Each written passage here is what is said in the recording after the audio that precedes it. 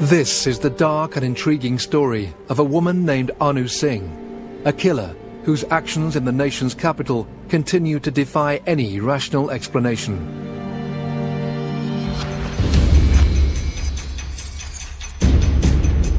You could not have written a more bizarre story. But was this strange tale a tragic crime of passion or something more sinister? You don't see murder very often occurring among the more privileged young people of the world. The scene that greeted the first responders offered little in the way of explanation. She grabbed hold of my forearm and said, "He had a lot last night." But the terrible consequences of an unthinkable act were clear for all to see. He took 2.5 days to die. He was tortured. The killing of Joe Chinque by his girlfriend Anu Singh was a crime that shook Australia.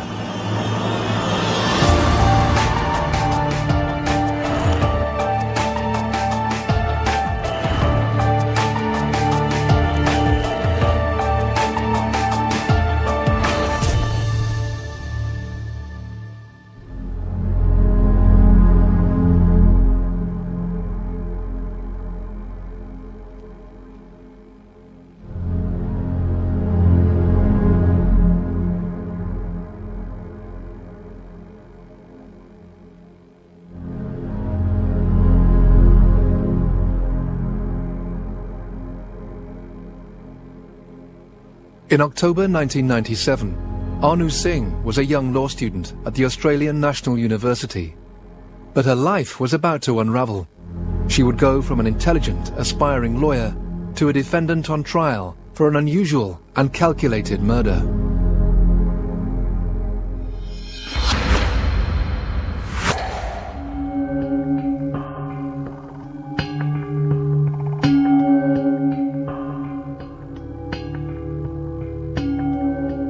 You sit there every day watching a young woman, wondering how it was that that young woman, who's just a few years younger than me, was sitting there accused of murder. Every day something new coming out that just left you shaking your head. You couldn't actually believe what you were hearing because it just made the hairs on the back of your neck stand up. The journey that led to the court that day started in early 1995. When Anu Singh began a relationship with Joe Chinque. They met in Newcastle at a night out. Joe had met her during the time she was doing her law degree. They conducted a long-distance relationship for some time, and then they made the decision that Joe would move to Canberra. Joe Chinque was a young man from Newcastle, New South Wales. His parents, Maria and Nino, had moved from Italy and had worked hard to build a life in Australia. Growing up, Joe was a keen sportsman and successful at school. He was very vivacious. He was full of life. He was a real extrovert. He was someone who people were drawn to because he was just such a great guy. Definitely I was hyperactive. It's probably what that made me say today. He graduated from university with a degree in civil engineering and soon after got a job at a firm in his hometown. He was always happy, always busy. He couldn't stay still. He just had to do 2 or 3 things at a time. I'm not saying this because he's not here, but he had a lot of friends, a lot of friends. He wasn't the type that he start fighting with people like that. No, he wasn't like that. Actually, if anything, he tried to calm people down. He never had a bad word to say about anyone, and I think that's what really magnetised him in terms of people just being drawn to him, because he was essentially a good person. He wasn't someone who sought confrontation. He was always very social. He could always have a conversation with just about anyone, and I think that's why so many people just thought so much of him. By 1996, Joe and Anu's relationship had grown into something more serious, and to their friends, the couple appeared perfectly happy together. The impression I had with Joe and Anu and their relationship was, in the early stages, Joe was very taken by her. Initially, I think it was very physical, the attraction. Anu clearly is not a silly girl. She was studying law. I think that side of it and that academic, intelligence, I think also attracted Joe. So you combine those two things, and I think he was very taken with her. She was very dominant, she was very confident, and that's something that I think drew Joe to her like a moth to the flame. Anu Singh and Joe Chinque had been in what seemed to everybody to be a really loving relationship. Well, certainly that Joe Chinque was in love with Anu Singh. However, as time wore on, friends and family began to notice that the relationship was perhaps not all it seemed to be. The first time I met Anu was at a dinner. The impression I had of her was she was a strange girl. Conversations that we had during the dinner were about the afterlife. Do you believe there's an afterlife? What exists after this world, which is all well and good, but she also spoke about things such as her previous relationship and how intense it was with her previous partner to Joe. She said they were so close, it was almost incestuous. I didn't know how to react to that. It certainly seemed odd to me, and it was clearly odd to Joe as well, but he said nothing, but it was clear that he was uncomfortable. She just struck me as someone who was looking for a reaction, someone who liked to shock and make an impression. He really did seem dimmed by her. She was always in the foreground, leading the conversation, leading very strange discussions at times, and Joe was always in the background. And this was not the Joe that I knew, that I grew up with. When Joe met, I call the devil because she's worse than a devil. He wasn't himself anymore. She demanded too much of him. When I was talking with my son, she was talking somewhere else. Soon she saw my son, Joe, was talking to me, she came and grabbed Joe from his back and started to talk, kiss him, this and that. I thought, not only once, maybe 4, 5, 6 times. We had a lot of argument on the phone because every night Joe came back from work. I made sure that the food was on the table to eat. We sit on the table eating and talking. And she used to call 10 minutes after we eat, and he stopped eating and talked to her for 1 hour on the phone every night. Then I started to get very upset about that. Quite a few times I went to that phone and I said, look, we eat at 6 o'clock in this house. Can you please ring at 7? Let him eat, and then you can talk all night.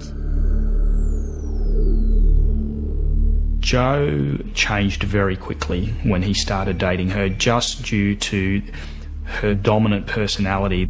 He either had to submit or he would never have survived 3 weeks with her. And that's what he did. I believe he changed in order to be with her because he really wanted to be with her.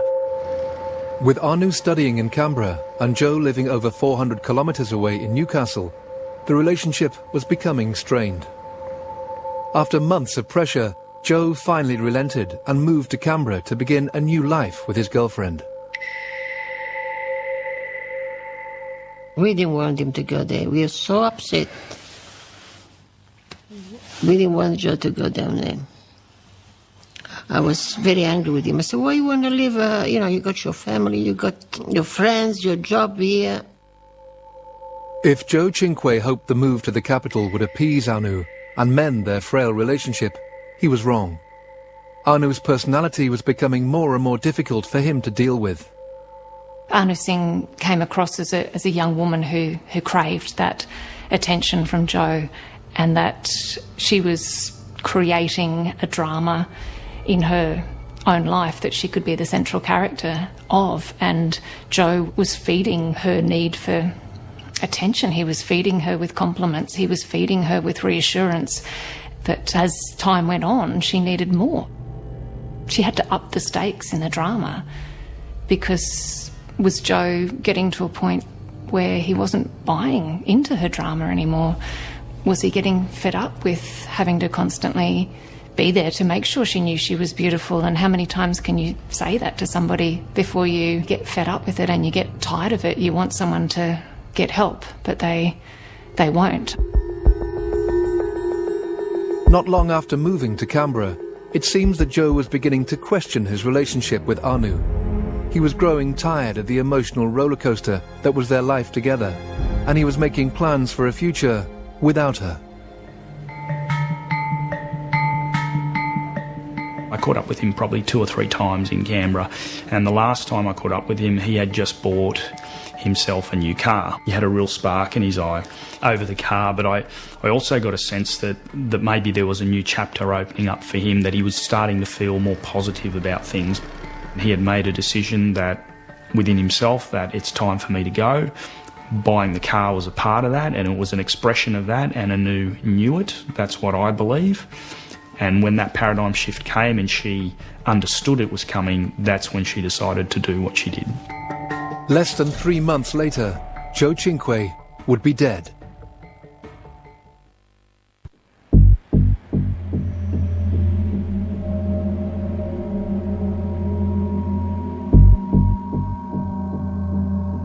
In 1997, Joe Chinque and Anu Singh were living together in a house on Antill Street in the suburbs of Canberra. What started as a fiery and passionate relationship had turned sour, largely as a result of Anu's increasingly odd behaviour, as she developed a series of bizarre obsessions with her health. She was a very accomplished law student.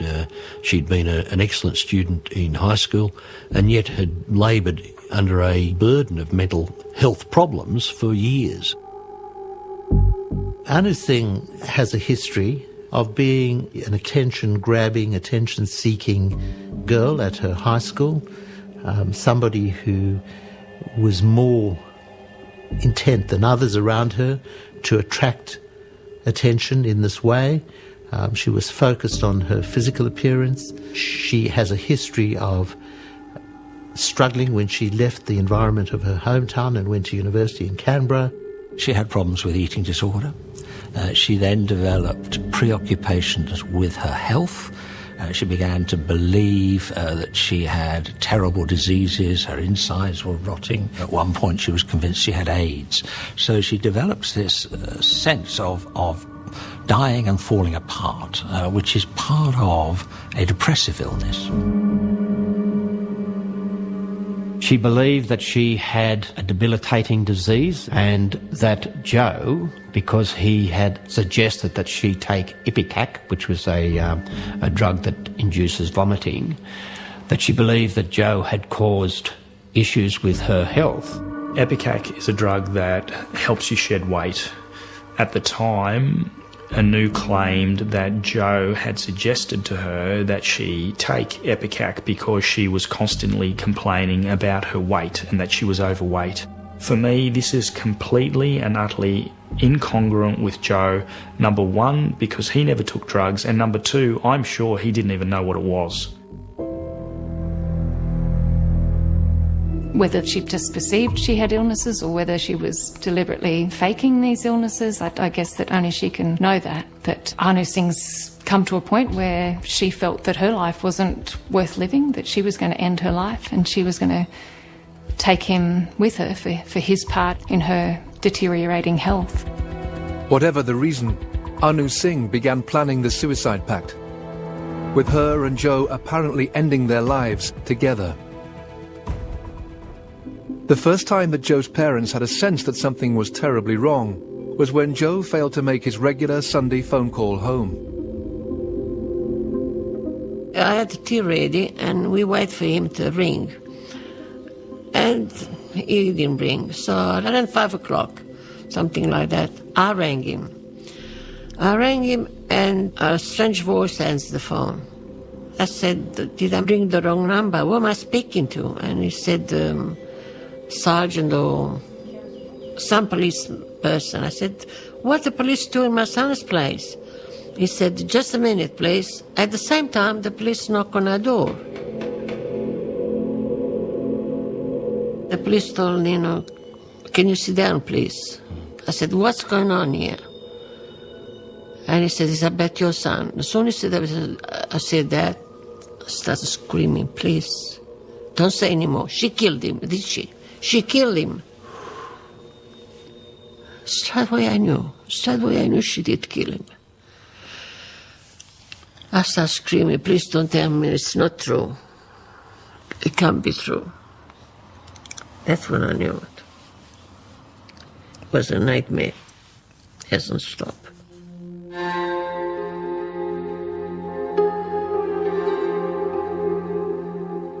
My godmother had rung my parents' place on that Sunday afternoon, which was the 26th of October 1997. She was a little cryptic. She said something had happened in Canberra to Joe, and she asked me if I could meet her there the next morning. The first task for Joe's family and friends was to identify his body in the morgue. They pulled back the screen, and Maria was standing next to me, and Joe was on a stainless steel bed of some sort with just a slight purple vein running down the side of his face that was never there before, quite pale, hair pulled back, bare-chested, and was dead.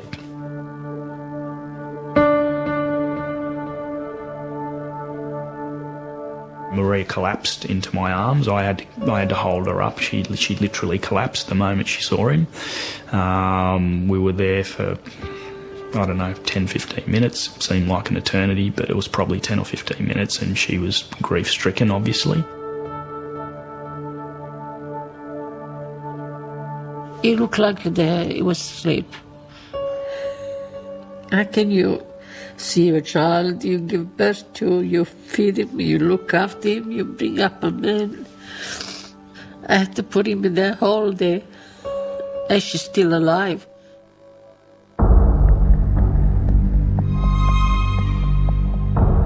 We then went back to the headquarters of the Federal Police, where they started to explain what they believe had occurred. They had indicated that in a short period of time they had ascertained that Joe had not tried to commit suicide, that there had been some sort of foul play with Anu.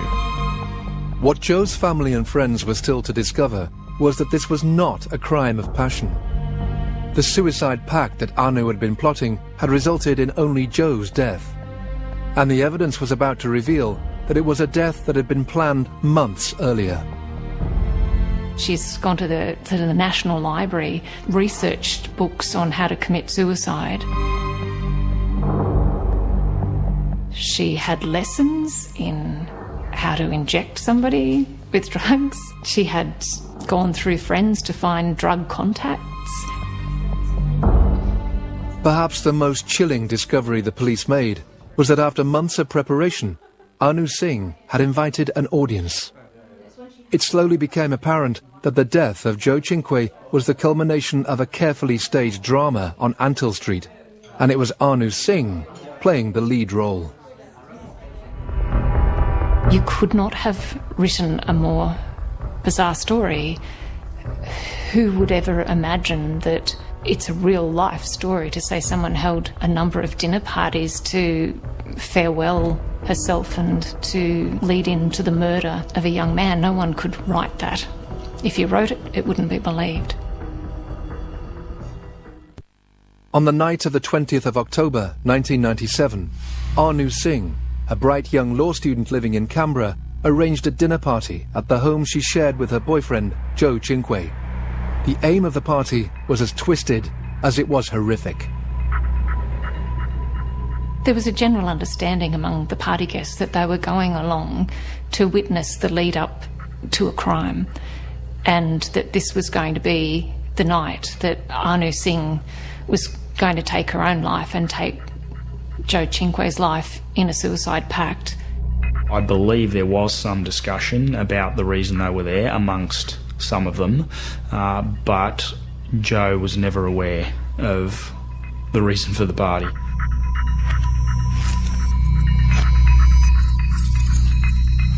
He was simply attending because he lived at the house and Anu was his girlfriend. So as far as I can ascertain, he was not aware of the motive behind the party actually taking place. Anu Singh, by this point, clearly had a reputation among her friends as creating drama.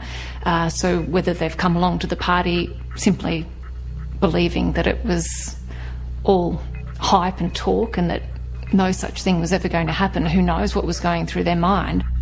So many people, many of whom were in fact intelligent students at one of the preeminent law schools in Australia, had gone along with her, who knew that she was at the very least planning perhaps suicide, and seemed blasé about that. They seemed, many of them, quite content to see Anu commit suicide, and weren't prepared to do very much to stop her, even to talk her out of it. I think the thing that concerned us as investigators was how a culture had existed where people could actually attend a party knowing that a death was going to occur, whether it was by murder or by suicide, and how people thought that it was okay to attend a party knowing that someone was going to die.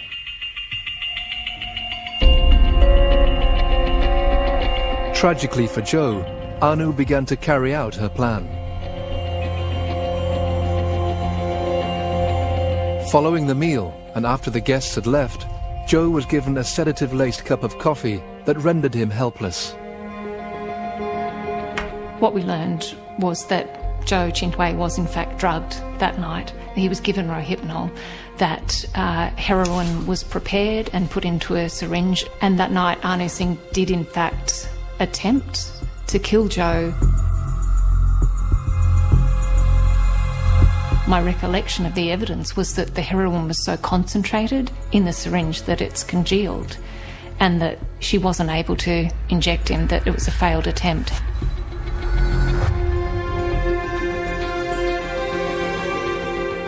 Jo Chintwe woke the next morning with little more than a severe hangover, an effect of the Rohypnol he had been unwittingly drugged with. The previous evening, Jo and Anu had been surrounded by friends at a dinner party, and all of the guests were well aware of this abhorrent plan.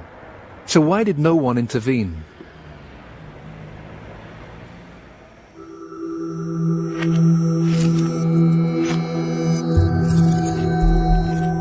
It's a startling feature of this case that it took place when many of the close associates of Anu Singh were themselves law students at the Australian National University. They weren't junior law students, they were quite advanced in their law studies. Here are these law students involved with drug abuse, involved with a whole series of totally irresponsible activities. It is a very disturbing aspect to this case to recognise that you could have a group of people who are very clearly knowledgeable about the law to have colluded in such a way. You don't see murder very often occurring among the more privileged young people of the world. You see killings occurring among the dispossessed and disorganised and dim and distressed. And this was different. One of the biggest questions that you're left with at the end of all this is just, why did nobody stop this? Why did so many people know what was about to happen and not do anything? Anu's alleged attempt to kill Jo with the full knowledge of the party guests had failed. Incredibly, this didn't shake Anu Singh back to reality. Instead, she prepared for a second dinner party that Friday night, where once again, Jo Chintwe was drugged and then injected with not one, but 2 massive doses of heroin. Again, no one tried to stop her. After Anu had administered what she thought was a lethal dose of heroin on the Friday night, Jo was still alive on the Saturday in bed, tossing and turning. Again on the Sunday, still alive.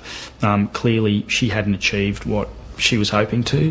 Jo was desperately clinging on to life, despite the massive heroin overdose he'd been given. As Anu witnessed his life slowly ebbing away, she finally reached for the phone.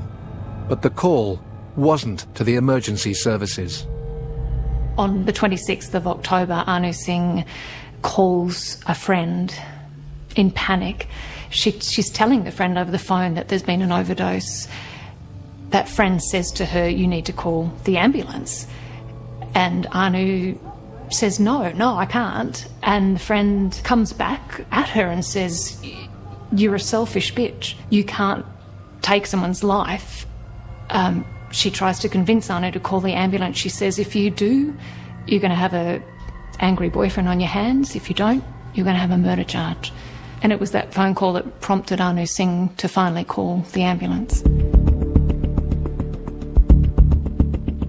When the 000 call was played to court, I think one of the first things that Anu Singh says, fairly calmly, she indicates to the operator, "I'd like to report a potential overdose." Yeah, could I get an ambulance, please? Well, he's vomiting everywhere. I have a person potentially overdosed on heroin. Potentially overdosed? Well, he's vomiting everywhere, blood and stuff. The operator questions her, "Potential overdose? Can you tell us what you mean?" And then this wild swaying begins of her being dishonest. She gives the wrong address. She gives the wrong name. She calls herself Olivia. So she's actually impeding emergency services' attempts to get help to this man that she supposedly loves.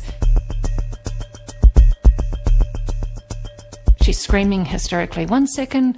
She is talking calmly the next. And the police didn't tell me that about sign? Well, it's not good if he's vomiting blood. She was swaying dramatically between expressing her love from Joe and then refusing to answer the questions. Her unusual behaviour continued when the emergency services arrived. It was a duplex building, so we went in the front door and called out, walked upstairs. There was one ambulance officer inside the bedroom, and there was a male casualty laying on the floor, and he was naked, and the ambulance officer was trying to get a line into his lungs. There was a lot of browny liquid fluid coming out of his mouth, so they were having trouble getting past all of that to get into his lungs. So he was obviously not conscious at the time, and there was no way that we were going to bring him round. The lady in the house was actually quite frantic, and she was pacing around, walking back and forward to the window, to the door, and she approached me a number of times, and one of the times she grabbed hold of my forearm and said, "He had a lot last night," and then to let go and walk back over to the window and just kept pacing around the room. Tragically, and despite the valiant efforts of emergency services, Joe Chinque died that afternoon. The official cause of death was asphyxiation. Anu Singh was brought to the police station as officers tried to determine how this fit young man, with no history of drug abuse, had met his death.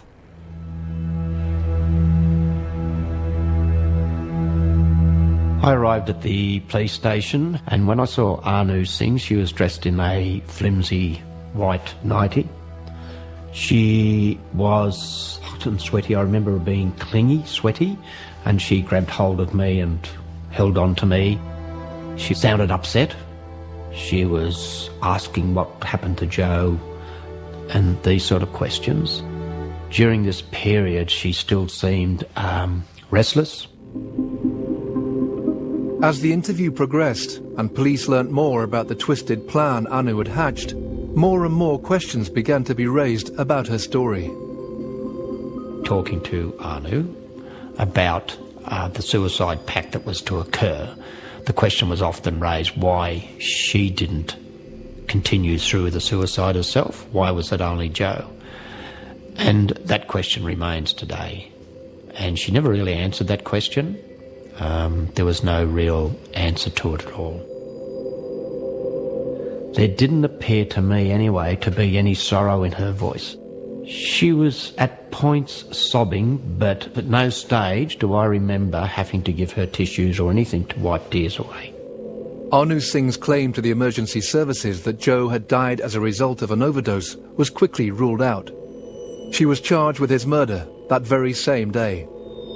As detectives continued their investigation, an unexpected twist in the bizarre series of events emerged. Police began to realise that someone else could have been involved in the death of Joe Chinque.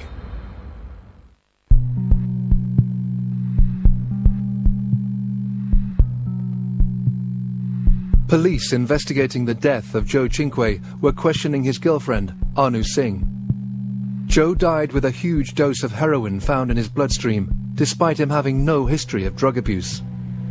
Police were beginning to realise that Singh wasn't telling them the full story, but they also discovered that her friend Madhavi Rao was implicated in the lead-up to Joe's death. It's been suggested that Anu's friends just didn't do enough to do something to stop her crazy plans. I formed the view that Anu had no friends, not in the real sense. She had people she knew from university, people she'd run into. Madhavi Rao was her friend in some respects, but Madhavi Rao was just her shadow. Madhavi Rao trolled around after her. She was in awe of Anu Singh.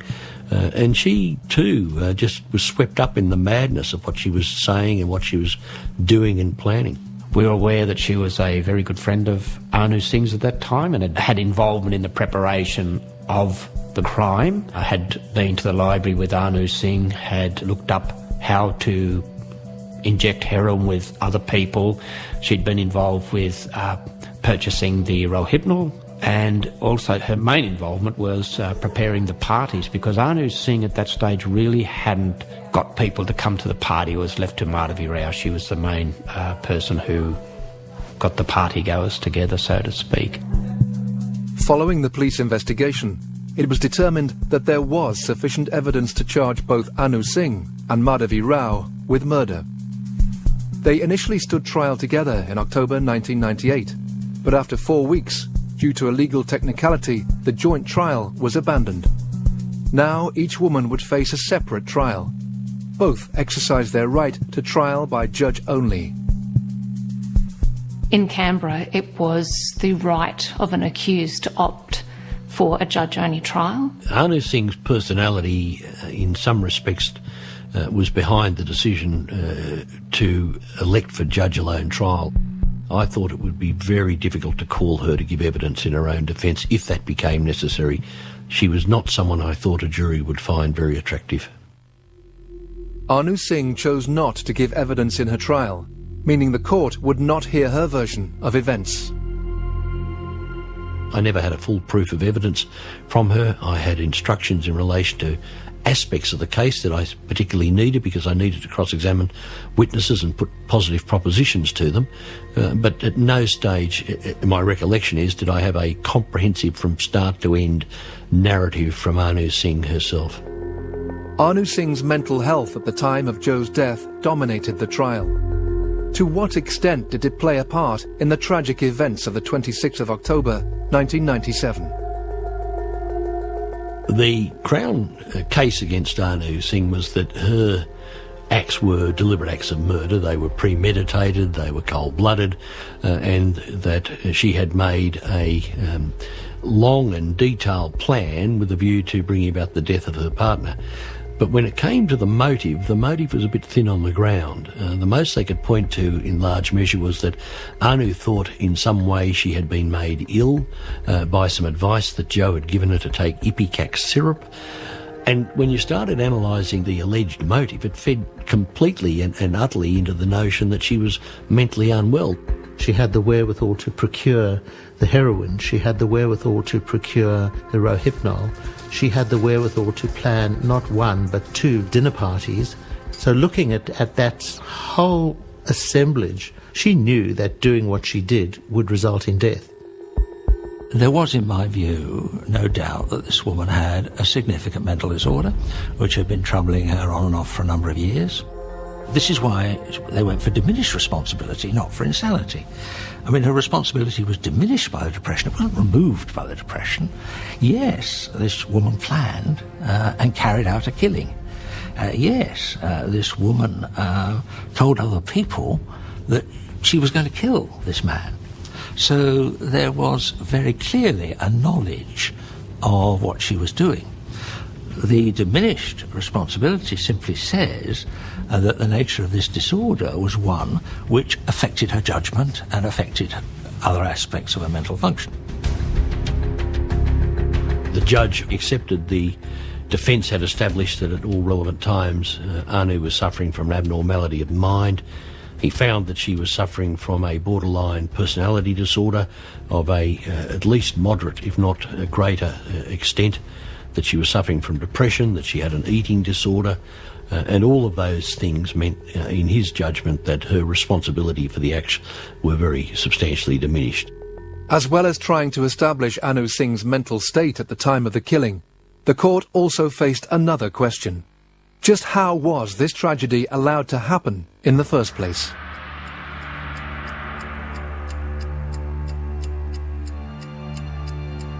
There was a parade of law students from the Australian National University that came through the witness box telling how they had been invited to the party, how that it was not a secret, that it in fact was very open, that a crime would be committed. These people were questioned time and time again, why didn't you do anything about this?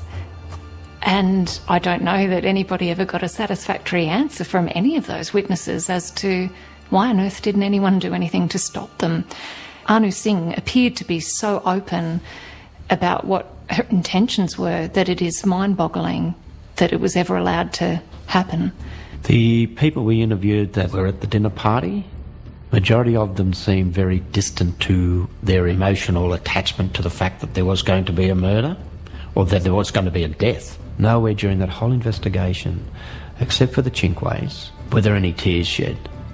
So of all the people we interviewed, of all the people we spoke to who had close affinity to this whole crime, my memory is that not one tear was shed by these people for Joe. Despite numerous witnesses who gave evidence at the trial, the spotlight was never far from the accused. One of the strongest pieces of evidence that sticks in my mind is that Anu had told people that it wouldn't be hard to convince someone that you're crazy, that she had such a good knowledge of psychiatry, that she had a good knowledge of the law, and that if she had wanted to, it wouldn't be hard to convince somebody that she was insane. We were so close to Anu Singh sitting there when confronting evidence was heard. She would put her head in her hand. You could see her shoulders shaking, and then you would see her look around and look at you as if to say, are you watching me? Can you see me crying?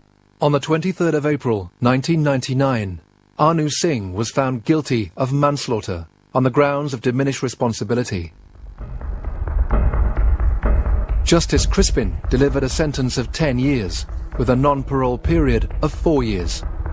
Given the time that she had spent behind bars during the trial, she would serve just 18 months.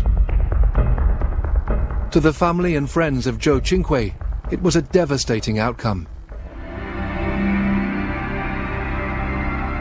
I started to cry. I want to kill her. I really want to kill her.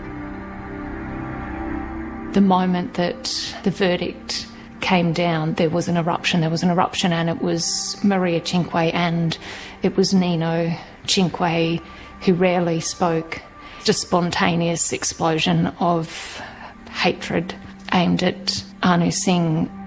I know sometimes from someone who's not used to this, they say, well, you know, she planned it, she talked about it. Clearly, this is an intentional act. Yes, it is. Clearly, there's no excuse for that. But the law says, and I think rightly, that if you're significantly mentally disordered, such that if you hadn't been mentally disordered, you almost certainly wouldn't have committed those acts, then that does diminish your responsibility. Someone who has sat there and premeditated, planned a party, how anyone could look at those set of circumstances and judge that to be diminished responsibility is beyond me. I'm not a judge, I'm not a lawyer, but to me, that was premeditated. Is she sick in the head? Absolutely, she's sick in the head, but she knew exactly what she was doing, and given she knew what she was doing, she should pay the price. When we heard the sentence, we thought it was a joke. 10 years and the probation 4 years. Are you joking? You get for a dog, you get that long. He's a man. He was 26 years old. And he would live another 60 years for sure, and you give 4 years to her. What kind of... we scream and scream, and we couldn't believe it. And the police next to us said, that's the way it is.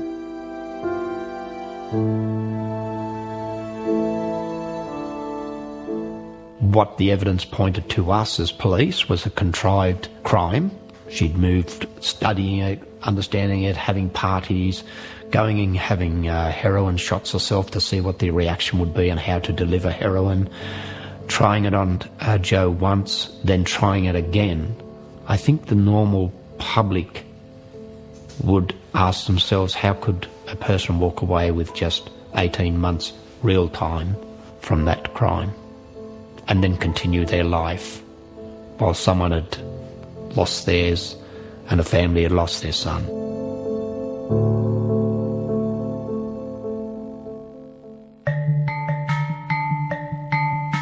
Following the completion of Anu Singh's trial, it was the turn of her friend and alleged accomplice, Madhavi Rao, to face justice.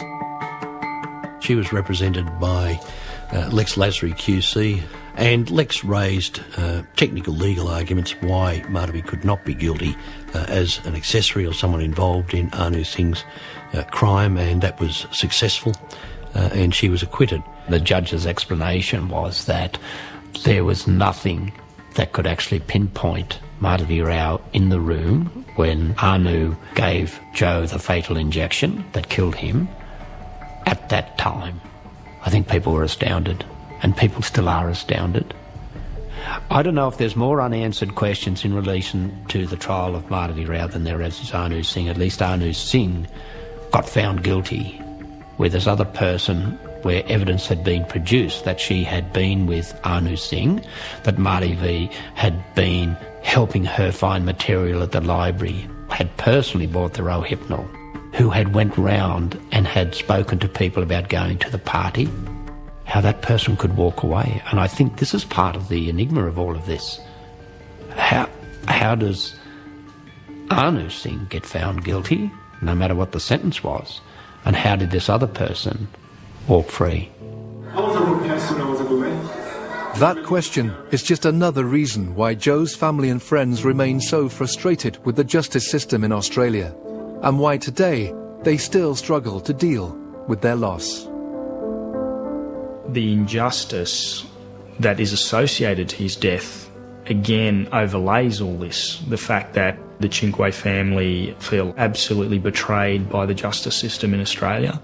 The fact that there has been really nothing close to what they would call adequate justice for what she did.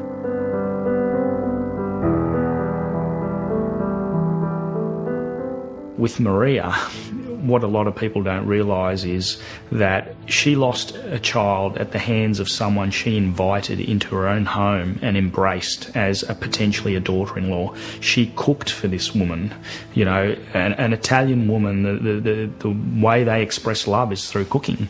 And she sat at that very table where they still sit down every day and have their lunch, you know, and served her a meal. You know, the woman who was responsible for killing her son in the most brutal of fashions. He took 2.5 days to die. He was tortured. When October comes, a terrible time. His birthday is worse. Nobody rings you.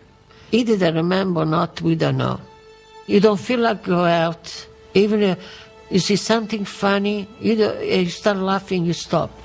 Because you think, no, I should not enjoy myself. I've got no right to enjoy myself. Because you think, why should I? I've got no right. It's not here anymore. If anyone thinks they even mildly understand what she went through, think again. I would ask every mother out there to think about their firstborn son being killed by their girlfriend, a woman you invited into your own home, and taking 2 days to do it. No one can understand what she's been through. No one. I don't care what anybody says. No one can understand it. You have to go through things like that to understand. People tell you, understand. No, you don't understand until you go through. You don't know how bad it is losing a child. He was a person. He was my son, and he lived 26.5 years and he's not here anymore.